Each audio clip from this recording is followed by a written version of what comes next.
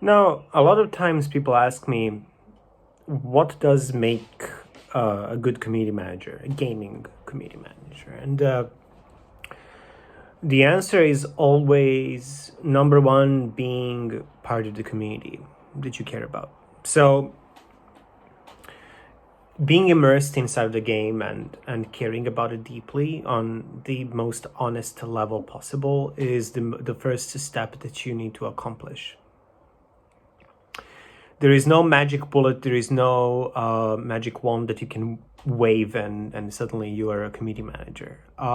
You need to find a game that you care about and embed yourself into every single aspect of it. That being the game forums, the social media, the video creation, the work that some people do to create fan art, anything really, or all of it. Sometimes it takes time to find what you're good at and what your passion truly is. And once you do, that is when you're going to start being recognized, and your efforts are going to be observed in a much higher attention. Right? So for me, for Dust 514, what I was good at was setting up fan sites and getting people hyped about the game long before the game was out. Right? Like, so I saw the opportunity for me to sort of jump in and share information and my excitement for the game. And later I started doing a podcast. And podcast I really was not good at. I never claimed to be a podcast producer, just like I'm not a video producer. You can tell probably. And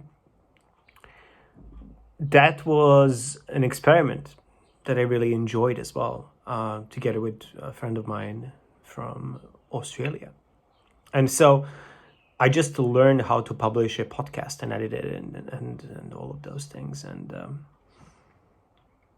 I just learned as people were listening to the podcast. And that was really fun because in 2011, nobody really did podcasts on a large scale like they're doing in 2020 now, right? So that was one of the most challenging things. Like, how do you do something that not many people are doing? And so I did have some experience from like previous radio show hosting, which was called PC Friday in Serbia. So we were like a radio show, and that was an experience which was live, and we would just do it every week. But other than that, I didn't have that much experience in terms of like any kind of audio production. So I really found that exciting to work on. So yeah, the podcast, the fan site, and then also joining the official forums and discussing things and learning about people, who they are, who they care about, and building these characters. And a good community manager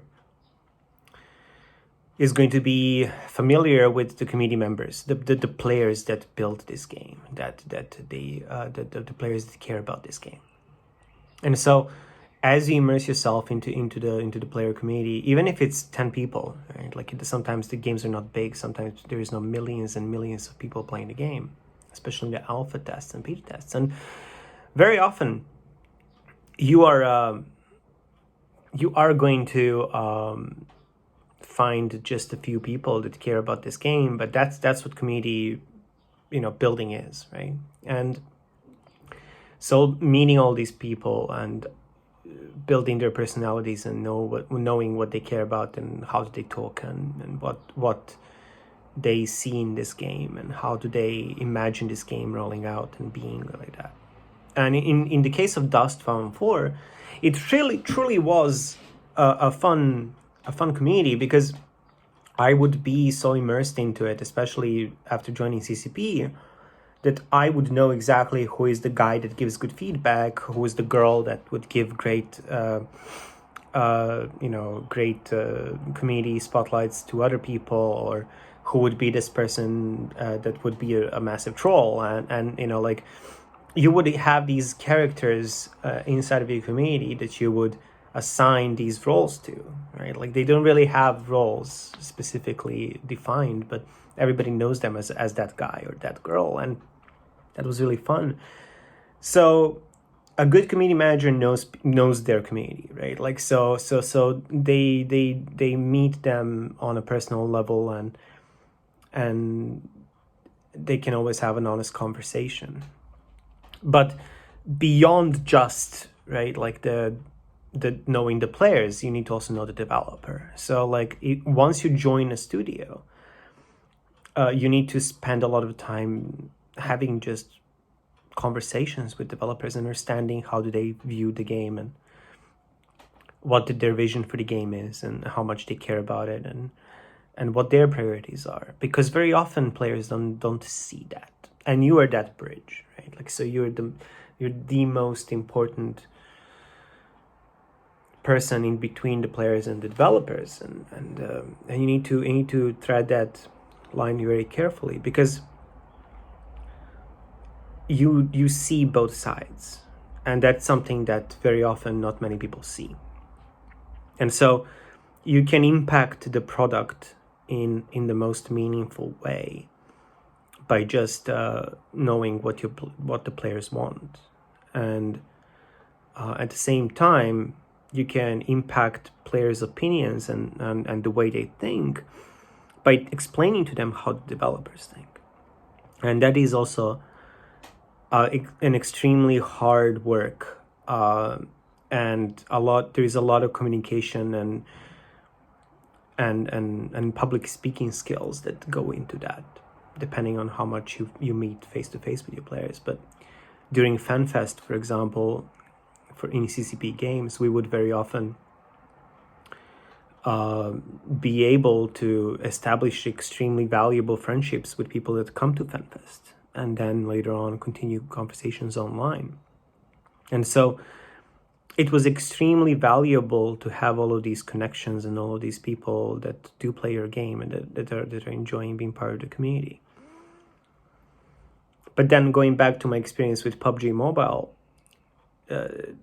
when you have a game at such a scale, you still need to dedicate yourself knowing specific people in a specific region, and who do they care about, and who do they communicate with every day. It's just a larger scale version of the same thing. You just have regional teams that are dedicated to doing the same thing, right? And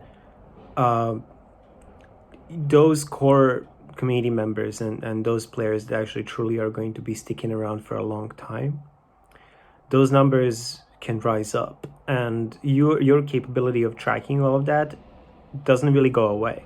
Because think about it, how many friends do you actually have on Facebook or Twitter or whatever? And you know, a lot of people that personally follow you, you will never forget them. You know, like, you're not going to suddenly be like, oh, who is this person one day? So that is something that you are going to be able to scale up. And as your game, you know, grows, and as your game is more successful, hopefully, your team will grow naturally, and that's when your team is going to be expanding, and you will have a team member that's in charge of esports, and a team member that's in charge of Germany, and a team member that's in charge of Russia, and then you will start dedicating, and distributing the workload to these regions, so everybody's familiar with their in much deeper way, to that degree, with the region that they care about and they know. And so that is how you scale up, and that's where the good community managers start being separated from the average ones. So yeah, I think that hopefully that answers the question, and do let me know how these videos are working out for you. I can make them pretty easily. I'm now using my iPhone. I'm not using a web camera, because I realized that iPhone camera is much better at doing these kind of videos. So again, do let me know if there's any feedback. Drop a comment. I will reply, and just let me know what the next thing you want to hear moving forward.